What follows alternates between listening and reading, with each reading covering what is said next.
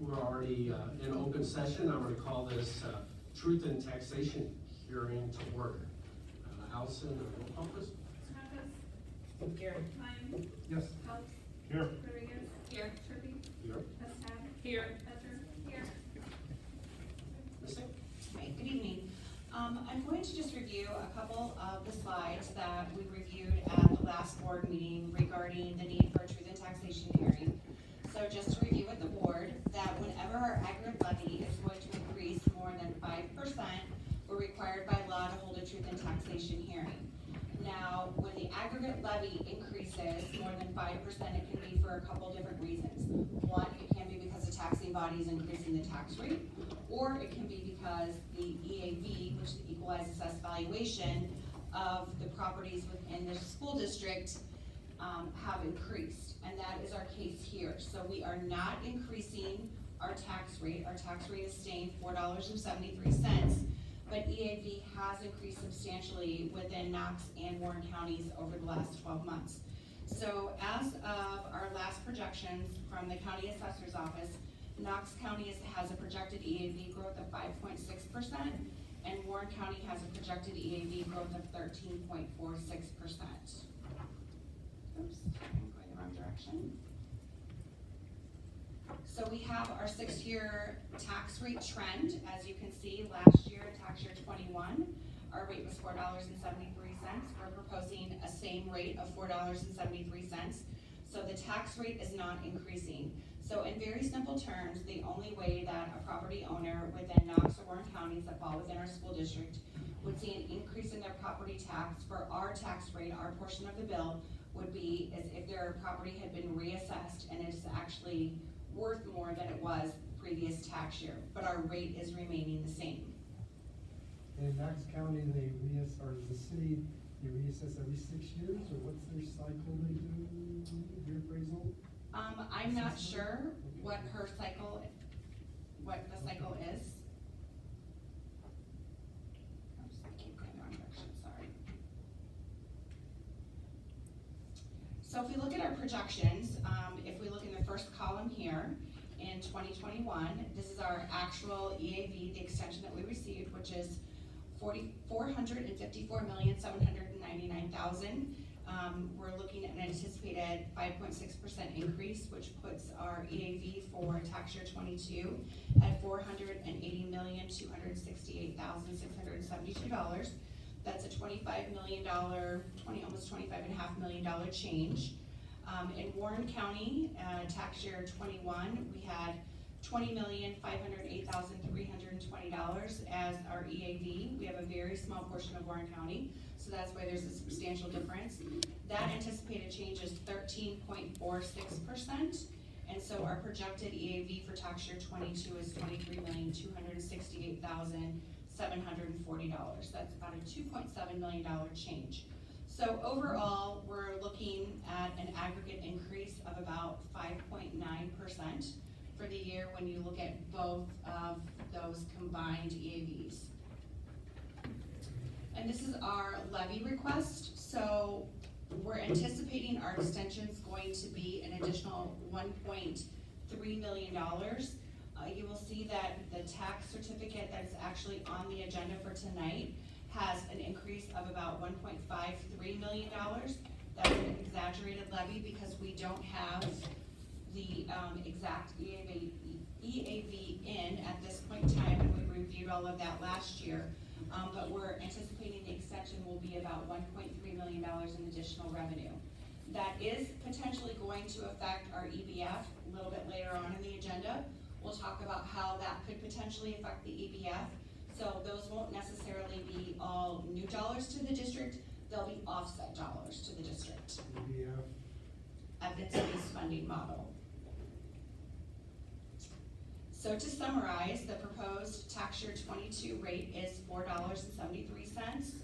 There's no increase in the tax rate from 2021, and the projected increase in the actual extension from tax year 21 to tax year 22 is about $1.3 million.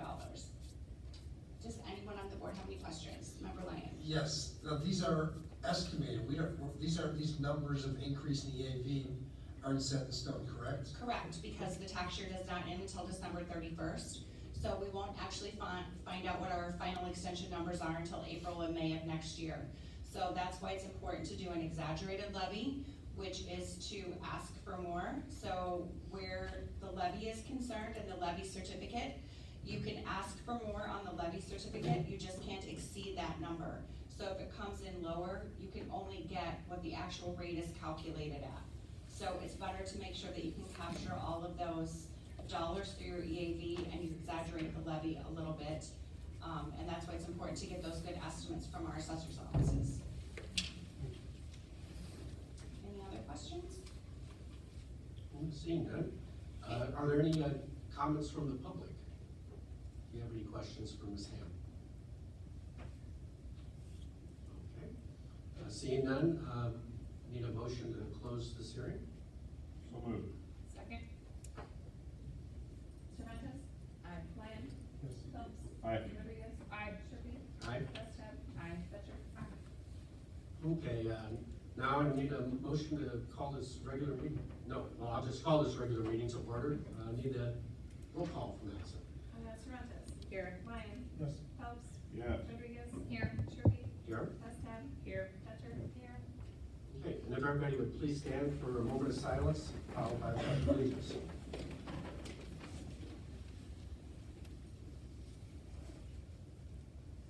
Pledge allegiance to the flag of the United States of America, and to the republic for which it stands, one nation, under God, indivisible, with liberty and justice for all.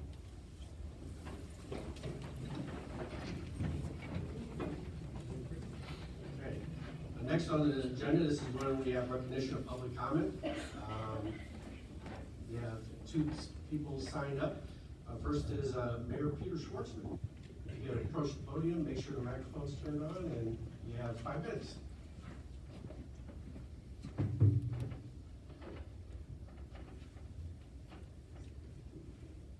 button at the bottom.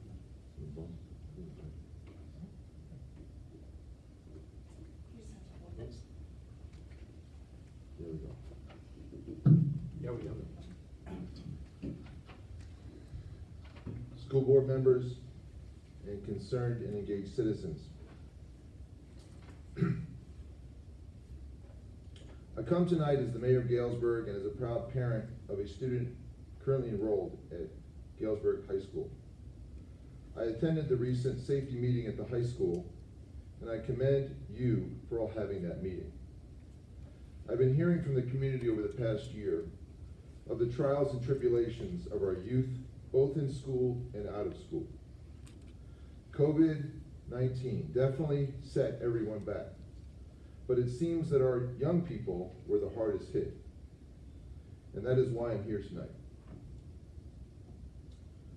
We, the city council, the school board, the staff of the district, the teachers in our community, the people hearing this message, all of us need to work together as a community united to make our neighborhoods safe, harmonious, and prosperous. No one entity can do it alone. It never has, and it never will. I stand before you today to say that I, the mayor, and the city council, and the city administration want to do our part. I and a majority of the city council are dedicated to building a robust community center in Galesburg. We firmly believe that this is the most impactful thing we can do to inject love, ambition, and respect in our young people. We encourage you to the fullest extent possible to support this effort. Times are tough and change is hard. However, by pulling together, working together, investing together, we will become the blessed community that we want and that we deserve. This Wednesday at 6 p.m. in City Hall, I am hosting a public forum for the purpose of receiving public comment and/or providing information concerning the proposed 0.25% sales tax increase that the city is considering on final reading on Monday, December 19th. This sales tax is the best mechanism we have found to generate revenue to enhance simultaneously the quality of our roads and to support the renovation of Churchill for our future community center. I am inviting everyone in this room to come to learn about this topic and to express your thoughts on it as well. We need to hear your voices as leaders and engaged educators of our great community, all who possess a deep love for our youth and children. Thank you. Thank you, Mayor. Appreciate your comments. Next on the agenda is a frequent speaker, Mr. Jim Jacobs.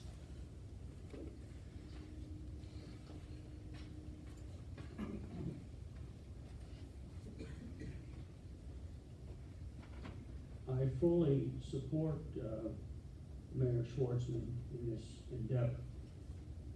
The sales tax increase is 0.25,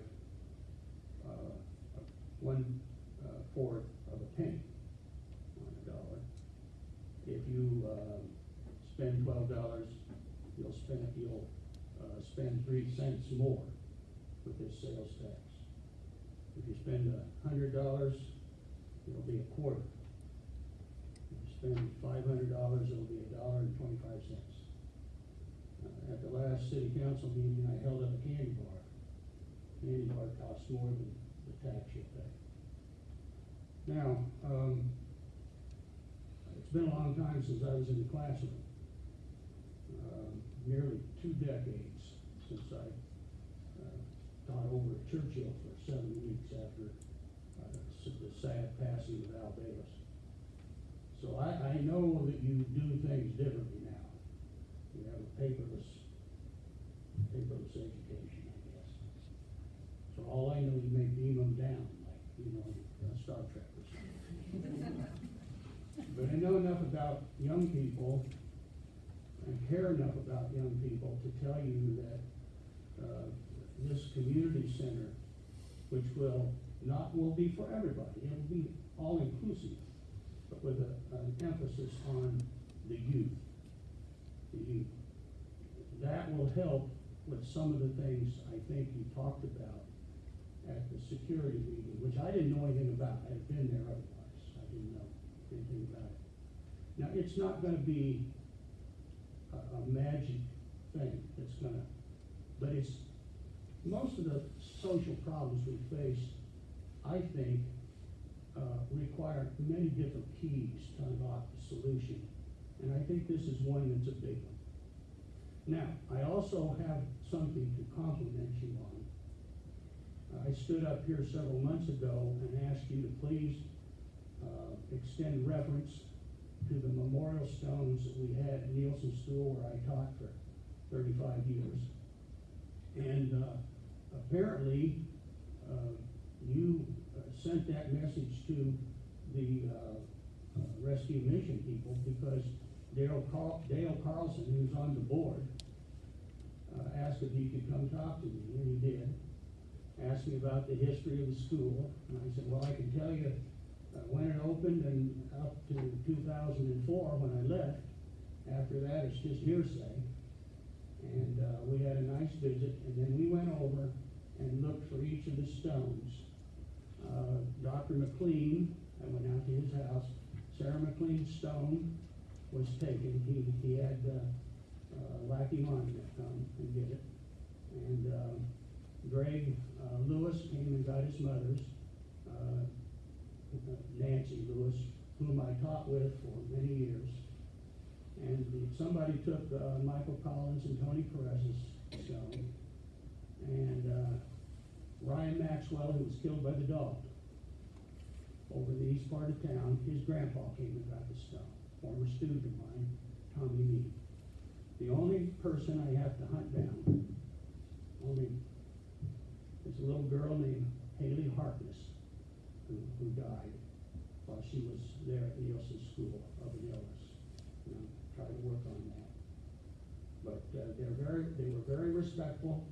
They got the message from you, and I appreciate that very much. Thank you. Thank you, Mr. Jacobs. Let's see, moving on, we have the presentations to the board, and we have Ms. Bridget Leahy, our student council, to report to us on what's been going on with the student council. Hello, I'm Student Council Representative Bridget Leahy. We had a Veterans Day breakfast on Thursday, November 10th, where we served breakfast to 27 veterans and paraded them around the school. The Student Council is promoting participation in the Angel Tree at our school. We encourage advocacy to buy presents for kids who would otherwise not receive any this holiday season. For the 12 days leading up to winter break, we've had Joseph Days for the students. Themes are Sweater Weather, Twinkle Light Fights, Disney on Ice, Flannel Friday, Snowman Day, Holiday Headwear, Candy Cane, New Year's, Holiday Socks/Shoes, Ugly Sweater, Grinch Day, and the night before PJs. Upon returning to school from break, there will be a blood drive on January 13th, 2023 in the Learning Center from 1 to 6 p.m. Well, thank you. I believe your festive holidays, they're also being celebrated in some of the grade schools as well. So the work you're doing is being passed on to even the younger kids. So, appreciate that. As you can see, Dr. Asplin isn't here. He's not feeling well. So I'm going to table the next portion of the presentation, the solar project update. I know. No Maury was- representative here? Maury was looking forward to it. Moving on, need a motion to approve the consent agenda. So moved. Second. Does anybody have any comments or concerns about the consent agenda? Seeing none, Allison? Surratt. Aye. Lyon. Phillips. Aye. Rodriguez. Aye. Sharpie. Aye. Leskap. Aye. Fletcher. Aye. Okay. Next on the agenda is the building reports. Everybody has received the building reports. Are there any questions or concerns? I believe we have all the principal representatives here. I don't have any questions about the building reports. I want to mention that last month I had requested that we talk about discipline that was stated in the building reports last month, and we're tabling that conversation until next meeting as well due to absences at this meeting. One of the things that I know that I am going to have questions for, and I don't know if this will be for the building principals or for Mindy Ritchie in her capacity. Would like to know where we're at in the conversation about streamlining, defining, et cetera, the different disciplinary codes that I know that each school has. And I'd also like to know how each school is tracking the discipline. Like, are we all using uniform reporting practices in Skyward? Are we using some other form? Like, what are we using, and how secure is that reporting? Because in order for us to be making determinations about policy and how we want the district to move forward, I think that's data that is important for us to have. So knowing that we have another month before we're gonna discuss that, I'd like that to be added to that portion of the report. Okay. Yeah, likewise, as I've reviewed the building reports, I see that, there are behavior concerns, and I'm kind of curious how this is the first year that we've implemented the restorative practices, and I'm real curious how that's being impacted at the classroom and building levels. And what we need to do to support you guys to solve those problems. One other thing I noted, it's kind of just a thing concerning each of the buildings reports on attendance. All the different buildings are reporting things a little bit different. Yeah. So it'd be kind of nice if maybe we can send direction down to the principals as to what's expected, but as I look through them, it's like some of them do year-to-date by grade level, some's year-to-date by school, by grade level, by classroom. Some's just the prior month. I don't know, just looking through all the different building reports, they're all just a little bit different, and it's kind of comparing apples to oranges if we don't get consistent data. I guess we need to decide what we want to see then. Okay. You know what I mean? Like, are we looking for the month before, prior to, or are we looking, do we also want the month and then we want year to date? You tell me. I think that we should do both. I think that you should give us the month of and also give us the year to date on the side as well. Just so we have something to compare it to first every grade school and then the high school. Yeah. Okay, thank you. Yep, and I think that this is a good tool for the administrators too, for you to reflect back on how the years have gone and previous years have gone, so, you know, whatever input you guys have on that as well, but I think consistency across the reports would definitely be beneficial. So do you want prior month and then year to date? Do you want For then like the this prior years? No, just this year. Comparison? Cause most of them are doing the August to now. Okay. And then Prior just a month couple and year schools to are just doing the month of. Right. Yeah, I noticed that too. Yep. Okay. Next on the agenda is the special ed report. Likewise, everybody's received it. Ms. Statham, do you have any additional? Yeah, I just wanted to mention the behavioral interventions policies and procedures for students with disabilities. This is something that's updated every year, and almost the whole thing is based on state law and the continued update of guidelines from the Illinois State Board regarding isolated timeout, regular timeouts, and restraints, and the move to get rid of all three of those as something that we do for discipline. So just wanted you to be aware that there weren't a lot of changes, but just in reading through the most updated stuff that I received from ISB, those things are reflected in there. Just so that I'm more clearly aware, and this might benefit community members, how often do you have the opportunity, or do your staff have the opportunity, when those guidelines are updated, to revisit those guidelines and talk about practice within buildings with administrators and teachers? After they're approved by the board, they'll be given to all of the principals, they're given to all of the parents of students, they're given once a year.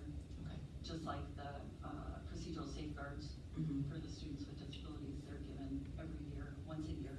So as the state moves to eliminate those types of responses, are we also being provided best practices that we can then help our administrators or our teachers work through in other responses to behaviors? Right, so included in the policy is our move to using things like CHAMPS, restorative justice practices, looking for other interventions that are evidence-based interventions, and those are all mentioned in here. Thank you, and I'm asking these questions not, I know these things. I'm asking these questions because I think that it's beneficial for people who are in attendance and who are watching videos to understand. I've seen some comments and I've heard some things from community members who, not having as much information or not being as up to date on some of the current changes in practice and policy, can make assumptions that we are able to do things that we're not actually able to do. And I know one of the things that can be frustrating is that when we sit up here and we say, well, policy dictates, state law dictates, these are not things that we can say, well, we don't want to follow them. They are actually embedded in what we are actually required by law to do so that we are not violating the rights of our students. And so I ask these questions because I think it's important for folks who aren't necessarily reading these documents all of the time to really be thoroughly aware that these policies are not things that we're pulling out of our, We don't make them up. right. Well, I also too wanted to mention, kind of going along with that, is this particular policy just has to do with students with disabilities, but I just think as a district, even for students who don't have a disability and don't have an IEP, I feel like the district is moving towards using more of those other interventions with everyone, not just students Thank you. Next on the agenda is the student and staff supports report. Ms. Ritchie isn't here, but does anybody have any questions or comments concerning this report? Okay. Next on the agenda is the building and grounds committee report. Is this gonna be a member Ryan or? I guess so. Okay. Our only construction going on right now is at the ninth. Oh, thank you. Okay. Okay, it's the only construction we have is the 940 building, and the east end of that is near completion. For those of you who don't know, the central office has moved there. If you walk down the hall here, it's pretty much a ghost town. The offices here, they've moved successfully, it looks like. People are there working, internet's on, heat's on, things are working nicely. Air conditioning isn't ready, we don't need air conditioning just yet. Correct? Yes. Okay, the other 7/8 of the building, oh, and we hope to have the January board meeting in the new board meeting. And assume that's the case unless you hear to the contrary. The preschool section is on schedule to be completed in the not so distant future, but the students there will not be attending there until next August. So we have lead time, just don't tell the contractors that, okay? That's our secret from them. Because they think they're supposed to be done next month. Which is good, because some things will probably be backward for quite a while. In February, we'll probably be bringing information to the board on recommendations for summer work projects. And we should have more information then. So thank you all for bearing with these many years of construction we've seen. Tiana? It's not necessarily building, but I actually do not see our athletic director here. I don't know if you have an answer to this, Mrs. Ham. Social media I was actually ill last week, and so I wasn't able to attend the wrestling home opener. But I noticed they were using the old Churchill mats. Do we know why? No. Okay. I can find out. Okay. I don't know, like, I know we had to store their things. And I don't know if they just had to bring in extra mats for that meet, or, cause I know that they have black mats for. Yes. So I'm just curious. I went to the 940 building last Monday, and it was really pretty. But I didn't know where to go, the workers had to tell me where to go. So we might need a little direction if people are going in there, because as we don't have offices here. And if people wanna see the offices, we might need to put some things up to tell them where to go, because you wouldn't know where to go if you walked in there. Just to let the public know. Mr. Hawkins, did you have a comment? Yeah, I would like to comment on that. I was actually at the meet, and it was the mats that they purchased for the junior high. They were still they were lighter. Okay. And it wasn't like the old heavy ones that you probably, that your son probably had a cart on the stage, but, we had, it was a triangular, so we had the whole, wood core covered. And we had two matches going on simultaneously. That's what I wondered, okay. Yeah. Thank you, Tom. Thanks for the update. Yeah, likewise, I was just over at the new building today, and it's gorgeous. It's very And, pretty. Yeah, everybody here is setting a place in the history books, because this should be the last meeting, at this location. Next time you show up at a board meeting, you'll be going to the fancy new digs. Yeah. Knock on wood. Next on the agenda, I need a motion to consider approval of press policies. I guess this is just the first. Just first reading. Yeah, so moved. Second. How many, I'm trying to scroll, but it's taking too long. How many pages? 250 pages of change. Was it 200? That's what I thought, it was 250. But the majority of them Are are just the footnotes. Yeah. The easy thing is to scroll through and look for red words, because those are the changes in the policy itself. And it's limited probably to 15 policies. Yes. And the policy committee is going to meet the week after Christmas, so when we come back in January, we will have more recommendations for you guys. This time of year is often a heavy update because of all the just citation changes for different statutes So it's not uncommon to have a big packet at this time of year. And also, I was online at the ISB website, and they did a training webinar. It's about 45 minutes where they kind of go through and provide you with updates. If you want to spend 45 minutes listening to it. Is it, posted on there? Yeah, As yes. afterwards? Yeah, Okay. they record and post all of their. I didn't know if they did all of them, I knew they did some But of it them. makes it a little bit easier as you're scrolling through and Yes. actually have someone, Talk to you and yeah, tell you what's going narrate on. what the changes are. So, yeah, we'll come back next month and let you guys know. Okay. But if you wanna read through the 250 pages, you guys just let us know what you don't Yeah. like. If anybody has any comments on all these, Yeah, we'll let you. these policies. Just email us and we'll take care of it. Okay, next on the agenda, That's your need committee. That is my committee, I'm there. You got it. We pressed a it. email Courtney. That's right, email me. Need a motion to consider approval of the copy paper bid. So moved. Second. Right, it's that time of year when we have run low on copy paper, so we put out a bid in October, on October 18th, in the Galesburg Register Mail. We had 4 vendors that submitted bids.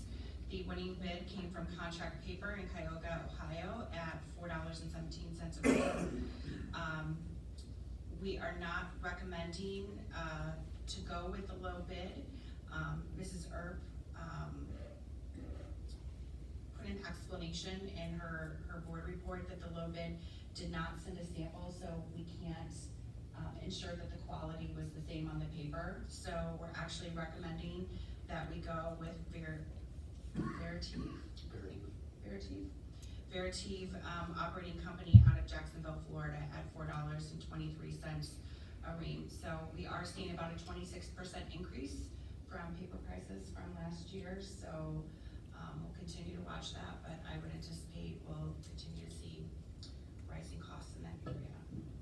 Yeah, and that's also, I looked at past reports, and that's twice what we paid in 2020. So that price is double. Who are we using now, do you know? Document imaging, Yes. They just didn't want to do it anymore. and before that was Contract Paper Group. So we've done a good job of, putting the bids out and getting them. So if you do a little Google research, apparently it's an international problem with the supply of paper pulp. And I guess, various domestic issues are causing prices to skyrocket. Our use of paper has not increased, it's remained the same for the past 3 years. So it's not a matter that we're using more, it's just a matter that it's costing more.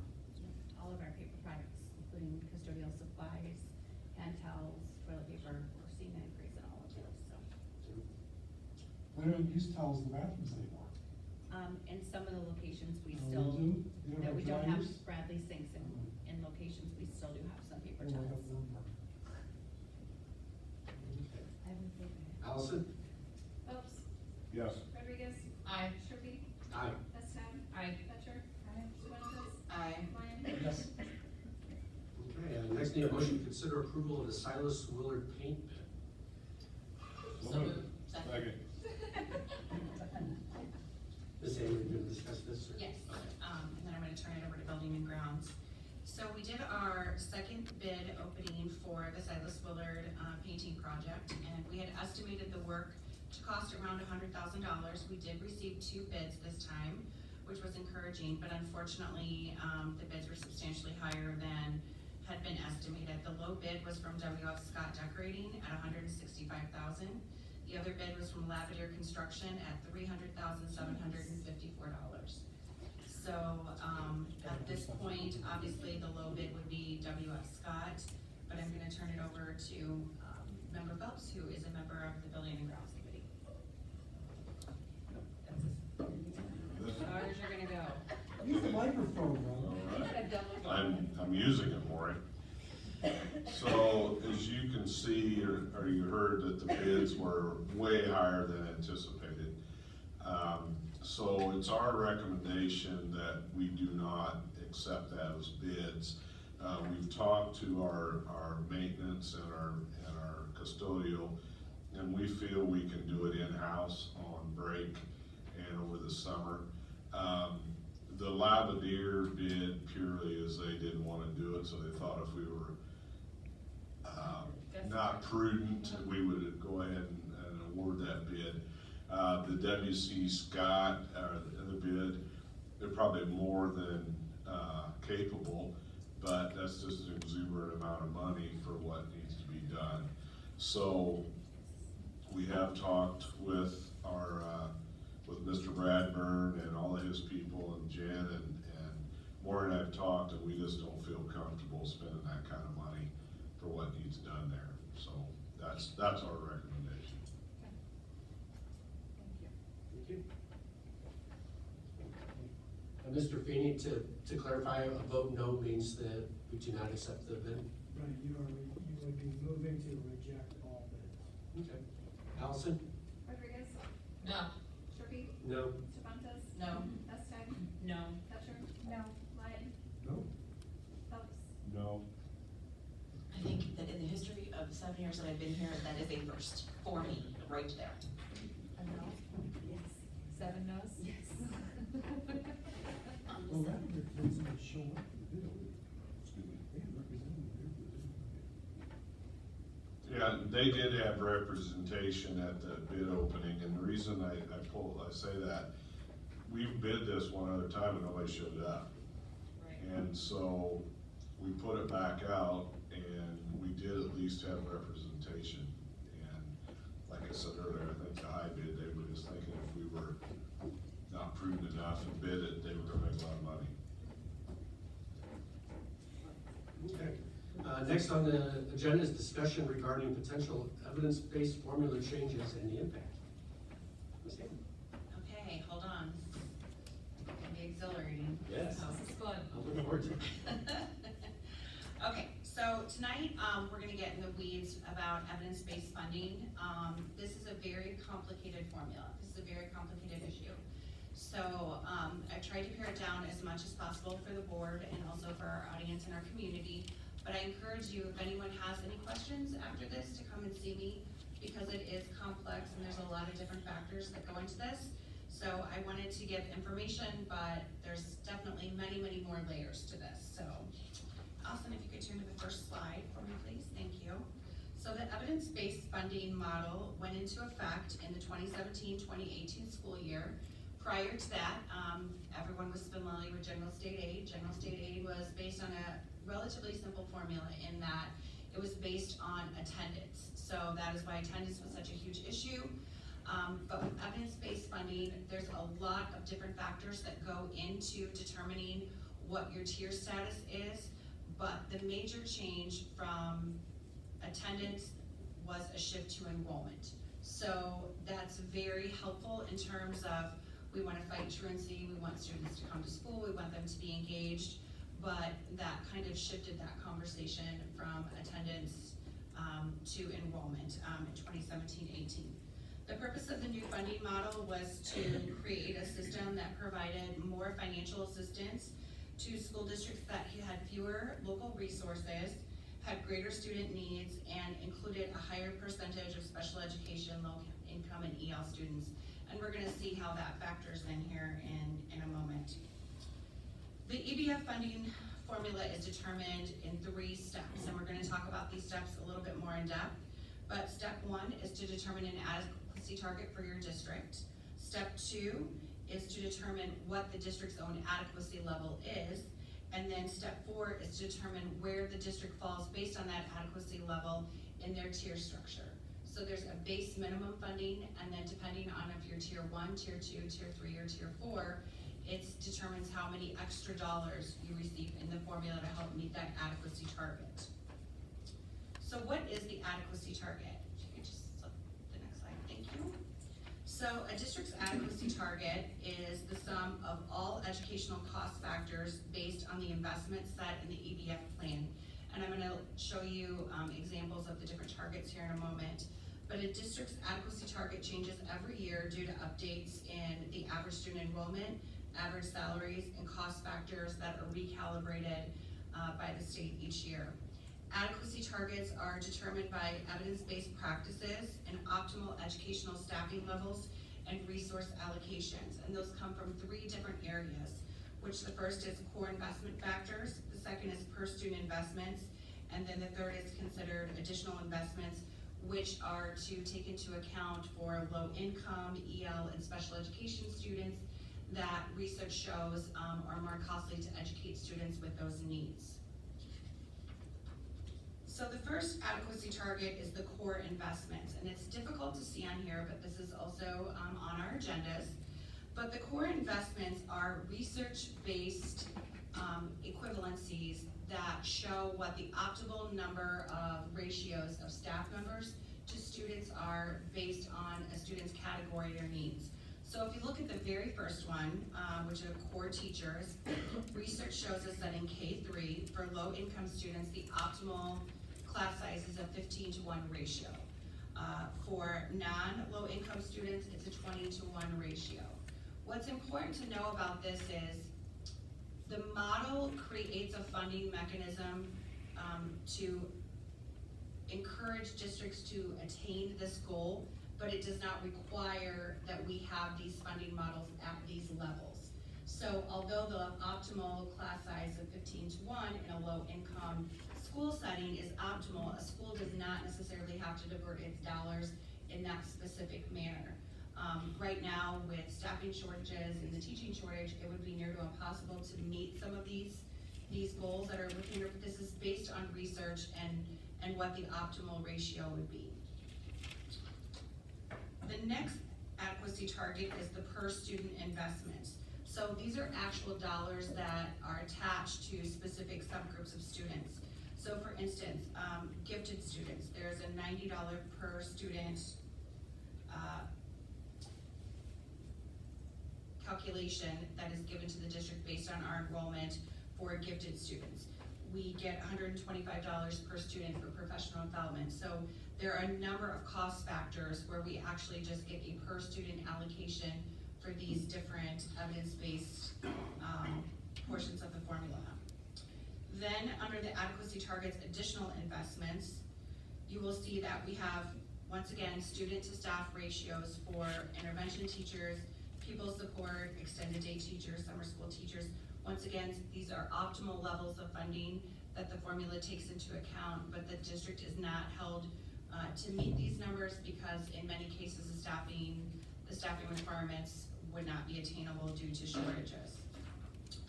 So then when you take those factors for the initial adequacy target, you also have to multiply it by a regionalization factor.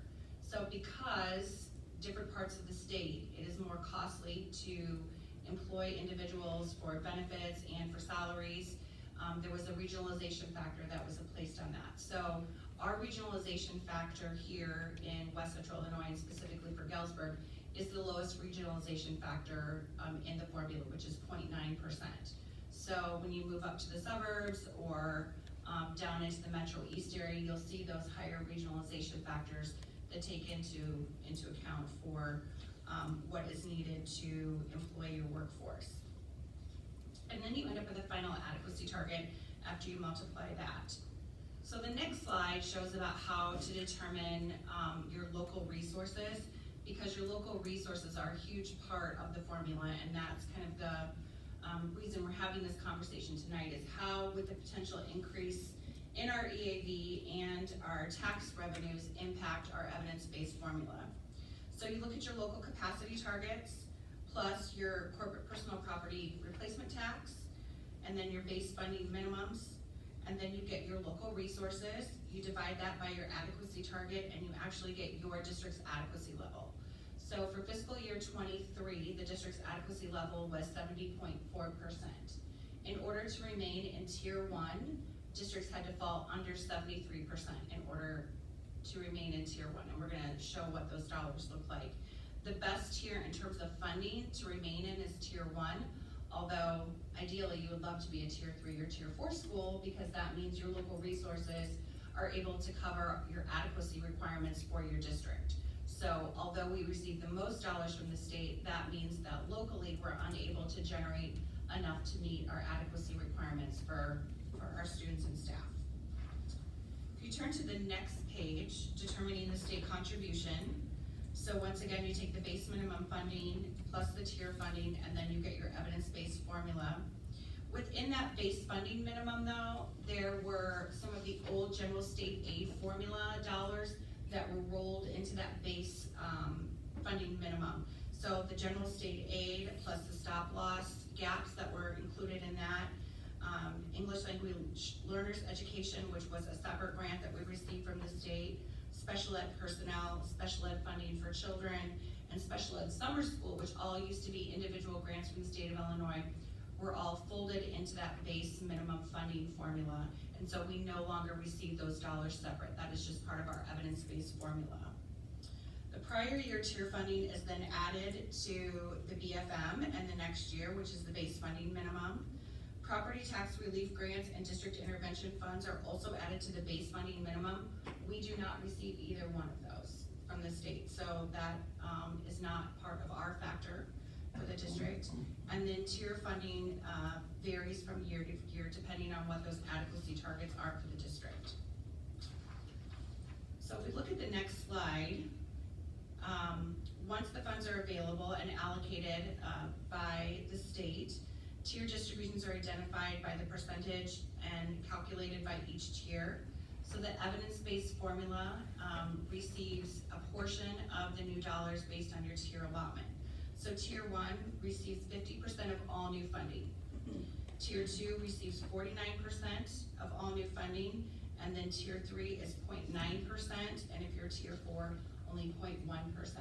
So tier 1 and tier 2 is receiving 99% of all new funding that the state allocates for evidence-based funding. This next slide is actually the allotment that Galesburg received for FY23. So we did have a tier 1 assignment. Our final adequacy level was 70%.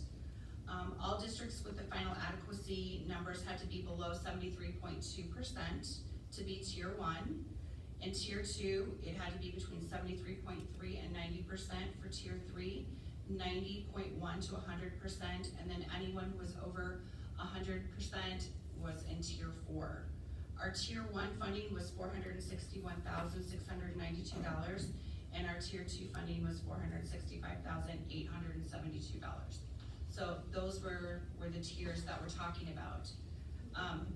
Potentially, if our increase in EAV, which will then extend out to an increase in our overall dollar extension, could end up pushing us in the formula into tier 2, which means that we would be looking at losing that $461,000 next year and any potential new funding sources. So although we may receive more locally, we are definitely going to see an impact from the property tax side. If you also look at this screen, it's difficult to read, but once again, it's available online. We were showing from FY22 to FY23, which you have to remember, these are one school year in arrears. So the FY22 calculation is based on the 2020-21 school year, and the FY23 is based on the 21-22 school year. You'll see that we've seen a decrease in both our enrollment, our English language learner enrollment, and our DHS low income count. So all of that is negatively going to impact our EBF formula. So we are in a good position in that hopefully we will see a net zero result from the increase in the extension of the property tax versus the decreased potential in EBF. So most likely we will not see many, if any, new dollars when you take that offset between what we're going to receive in the extension and then the decrease in the EBF, but we should hopefully be at about a net zero. I have a question. Why do we get tier 1 and tier 2 funding if we're only a tier 1 school? So the way the formula is written is if you're tier 1, you get tier $1 and tier $2. You get both of those buckets of money. But once you fall into tier 2, you just get the 2. You only receive tier 2. Can you go back to 1? Yes. Okay, Yes. that is the thing, you're not stuck in 2 once you're in 2. No, that is Okay. why your adequacy target is recalculated every year. And then based on where all the other school districts are in the state, that's where the state readjusts that adequacy target. So I think the year before, our adequacy target was, we were at 68, and 70 was the cutoff for tier 1. And then they moved it up to 73 now. And then they moved it up to 73, and we're at 70. So, you know, we're just going to have to wait and see, but I think that the loss in evidence-based, the potential loss in evidence-based funding should hopefully be offset by our increase in EAV and extension. Do they provide any indication what the adequacy target may be? No, It's just wait until the numbers. it's wait until the numbers. They literally drop a spreadsheet on every district in the state at the same time each year. Right, because it's calibrated every year based on, so essentially, every district, when the new formula was passed, every district, to Mrs. Sam's earlier point, it was negotiated into that new funding model that no district would lose dollars. And so, say, you know, District 205 was receiving $100 every year to fund school. We didn't, because of the recalibration in money, we're never gonna not have that $100. But depending on, like, if there's $1,000 to be handed out over all the districts, the percentage of our $1,000 is always going to be recalibrated every year based on where everybody's district is at in this formula and in this model.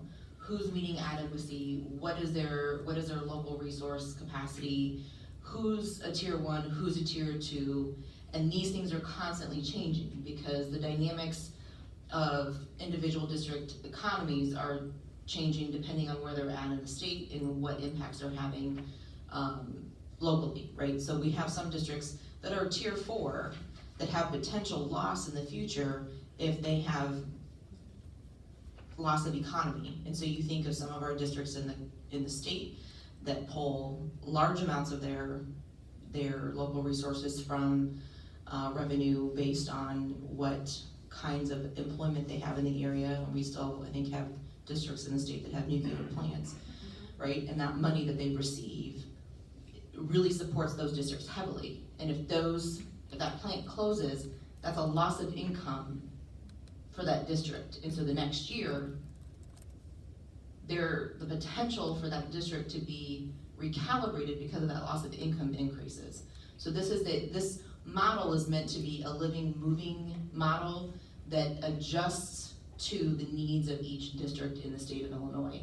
And the reason I had asked Mrs. Ham to do this is because this is important for us to understand as board members, but I think it's also important for the community to understand that this is not the same old model that we had where we count butts and seats, and if you're not in a seat in school, we're not receiving, you know, the per pupil dollar amount for our budget.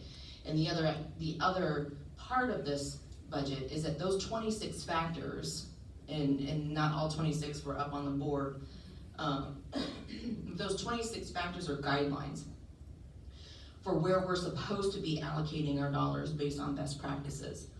And while we are not required necessarily to reallocate specific to those numbers and those ratios at this point for a variety of reasons, if any one of our schools does not meet curricular needs, like, you know, the school goes into, what are the categories?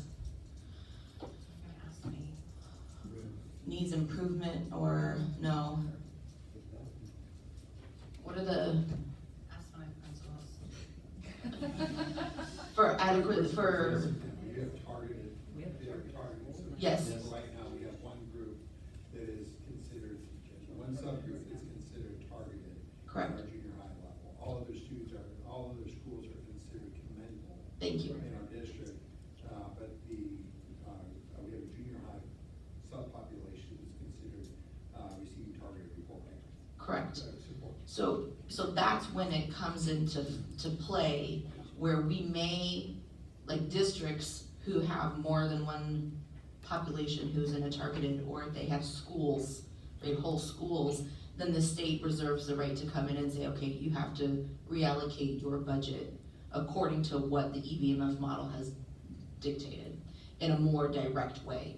But at this point in District 205, we're doing well enough in all of our categories, and we're making the adjustments every year to make sure that we're providing the resources to the students as shown. Of course, we can't meet all the needs because of the shortage, but, so one of the reasons that, those are the reasons, I should say, that I had asked for this to be done, because I think that it's important, when we're sitting up here and we're talking about practices like restorative justice, we're talking about truancy, we're talking about these different things, it's all with an eye toward the way all of these pieces come together. It's no longer just this bucket, that bucket, this bucket. There's like several buckets, and then there's like levels to the kind of things that we're putting in the buckets. Sorry. No, that was great. That was great. So my last slide is just kind of a recap of some challenges that we may have within the formula, so that we have a decrease in overall enrollment. We know that our English language learners enrollment has decreased from the prior year. Our DHS low income has decreased. We have an increase in adjusted EAV and operating tax rate. We have an increase in CPPRT, which may be a one-year anomaly. We're kind of looking at not a recession, but we definitely see a downturn in the economy, which will affect that, that will actually have a positive effect on the formula as CPPRT takes a downturn. So it's kind of a weird yin and yang there. And so our tier 1 status of 71% is very close to tier 2, so we'll just have to wait and see what is going to happen next year with where they're putting that adequacy target, and then where CPPRT ends up coming in for the year. And if there's anybody in the audience that's really a budget nerd, there is a state committee. When this formula was passed, part of the policy that passed it required a committee called the Professional Review Committee Panel. And it is a select body of people throughout the state. There are superintendents, there's board members, there's community members that are part of nonprofits who support students outside of school, like, different programs. Members of the CBO, state version, I can't remember, CTVA, is that what it is, a CTVA? CBTA, thank you. Yeah, CBTA. And we meet, I sit on that, and we meet periodically to review how the model is working and whether or not those elements are still the elements that the state should be using in order to fund the budget, or if there needs to be adjustments, or if the model isn't working the way that it is. And those are open because, right, it's part of State Board of Education, so those are also open to the public. If anybody really wants to dig into these conversations, feel free.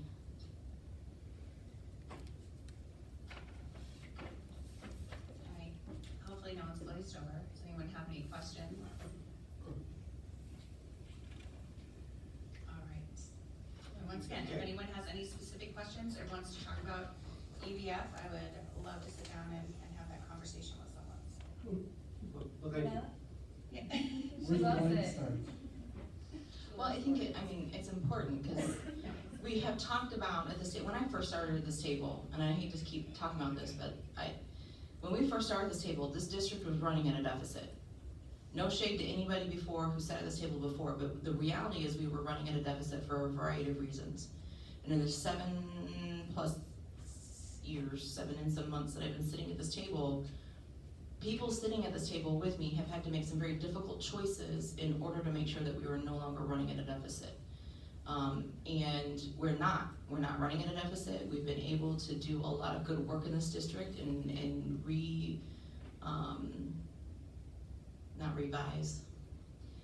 renovate, thank you, buildings in our district and get them where we need our students and teachers to have nice buildings.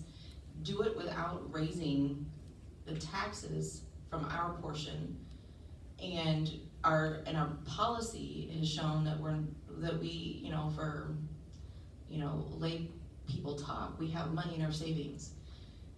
But as we look at the landscape moving forward, we look at the way this model behaves and interacts with local budgets, how the state is funding education, because in order for all of our districts to reach adequacy, the estimate was $350 billion added to the ed fund every year, and that's not obviously happening. And so how long, what is this gonna look like in the future?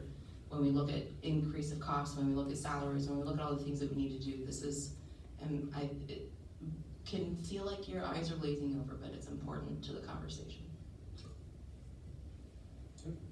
Yeah, we're in a good financial position now, but for us to stay where we're at, it's important for us to constantly monitor the situation and make adjustments appropriately as needed before it's too late.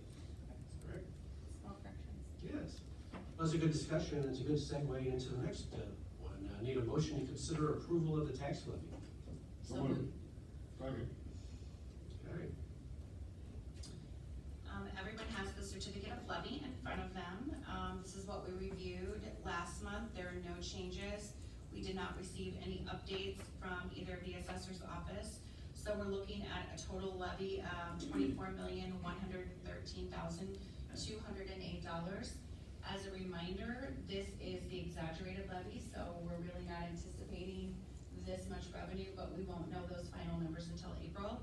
And when we receive that, we will let the board know where our final extension did end up. Are there any questions? Allison? Sherby? Aye. Testam? Aye. Fletcher? Aye. Strumelob?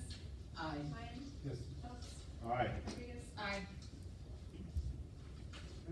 Next, need a motion to consider to abate general obligation school bonds, alternate revenue source, series 2014B for $563,725.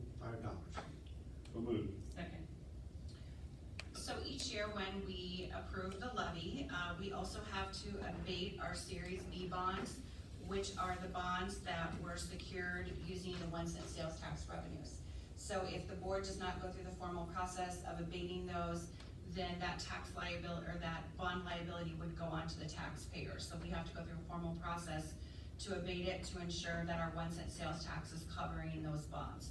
So the first Series B bond that we have is 2014, and this tax year's payment is $563,725. That will be covered by the 1 cent sales tax revenues. Allison? Testam? Fletcher? Strumelob? Aye. Lyon? Yes. Phelps? Aye. Rodriguez? Aye. Sherby? Aye. Next, need a motion to consider approval to abate general obligation school bonds, alternate revenue source, series 2020B for $982,600. So moved. Second. Correct, and once again, this is our second Series B of alternate revenue bonds. So the board needs to go through the approval process to ensure that we can take our 1 cent sales tax revenues to pay for these bonds versus having them paid for through the tax levy. Allison? Fletcher? Strumelob? Aye. Lyon? Yes. Phelps? Aye. Rodriguez? Aye. Sherby? Aye. Testam? Aye. Any Just a motion? question here, Okay. Matter. These add up to a little shy of $1.5 million. And the presentation on the city revenue, they generate at 0.25% is of $900,000. That adds up to 3.8 million. What else do we use the penny for? So that goes into construction, so we've used our 1 cent sales tax revenues to offset some of our construction costs, and that has to stay in Fund 60. We can only use it for capital improvements and repairs to buildings. Thank you.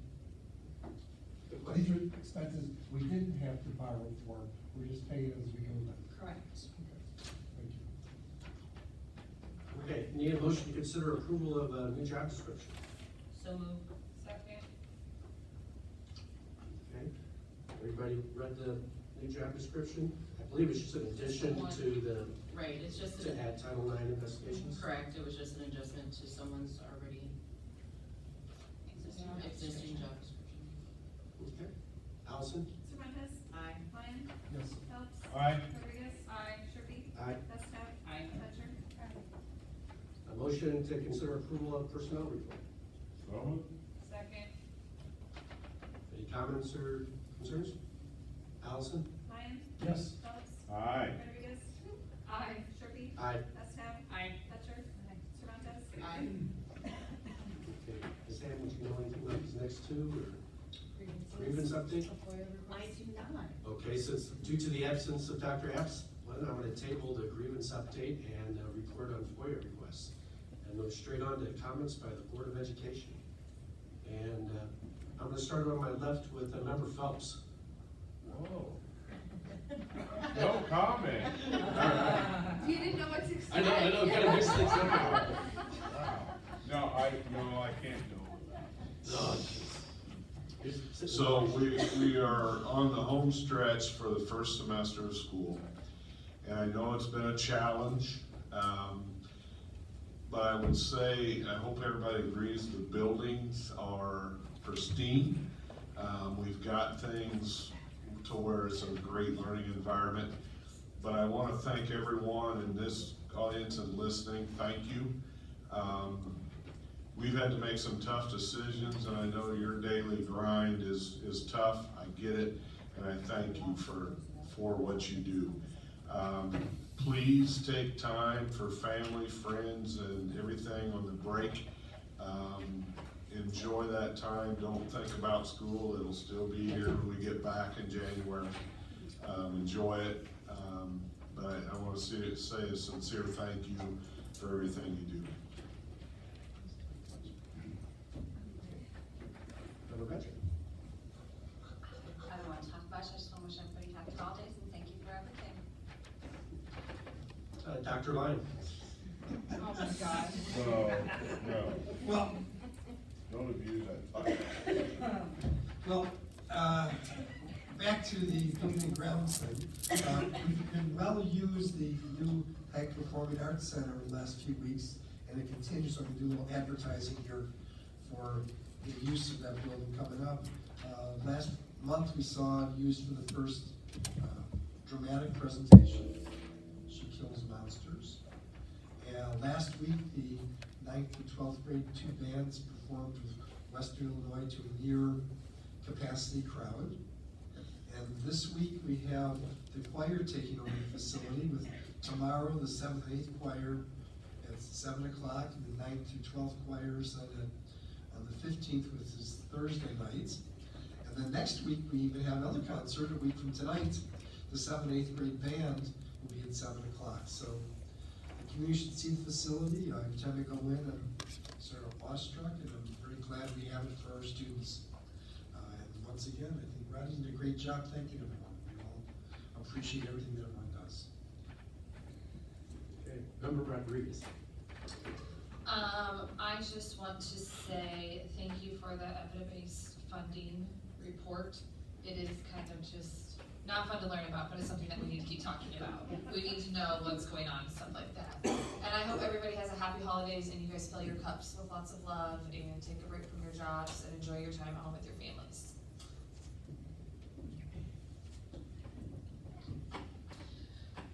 I echo, thanks for getting us through 2 quarters.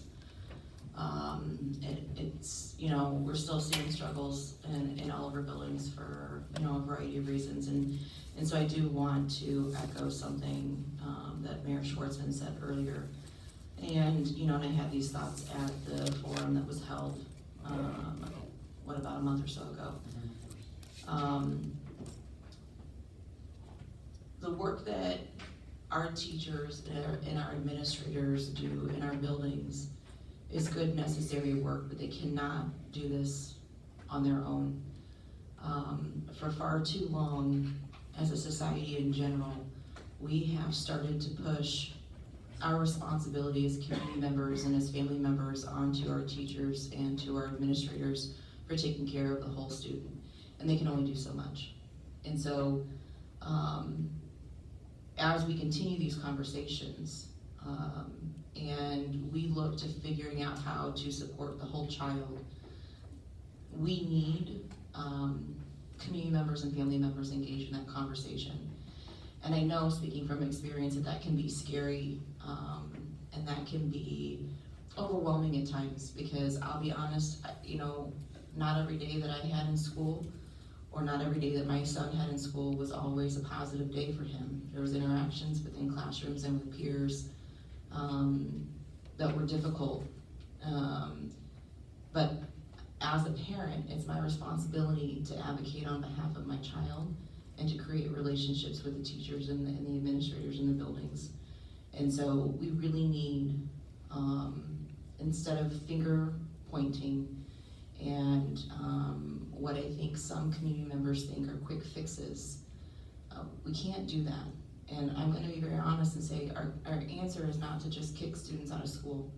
Because when we kick students out of school, that creates challenges within our community and it affects their futures. Our job is to help educate our students, and in order to educate our students, we need to know what the root of their challenges are, what are their needs, and that means building partnerships. And so, as we take time away from each other over this holiday season, I would just encourage people to think about the ways in which they can participate in this conversation. What skills do you have? What resources do you have that you can bring to the table that can help us start to engage with our students in a different way?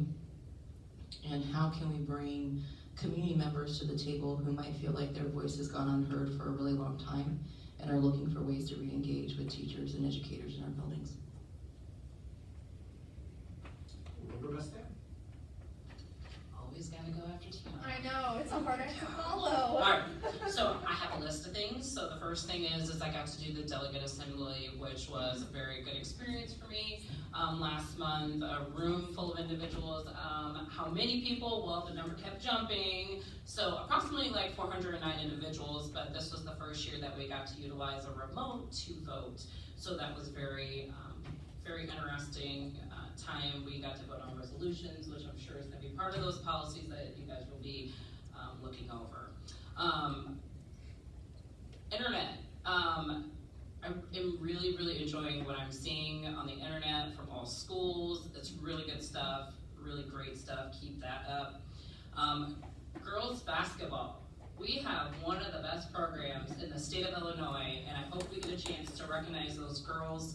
They have 1,000 wins. Coach Massey been doing his thing for over 30 years. Just wanted to send a shout out about that. Pre-game show. Okay, so in high school, right? Go down memory lane about 20 years. So Quincy used to have like the best pre-game high school basketball, like shooting fire and all that.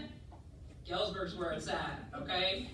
That's all I know. So shout out to our boosters, athletic director. If you haven't seen it, get to a basketball game. That's all I can say. And then of course, happy holidays. Thank you for everything you do. Okay, excellent. Well, I don't have a lot to say other than, again, the holidays are approaching, and it's a good time for us to reflect on all that we've done. As a board, we're here to support you in a task that is important beyond measure, and that's educating the kids of our community and our future. And, it's important to remember that that's why we're here. It's like we're here for you. And I'm so terribly proud of this district and all the things that we've accomplished.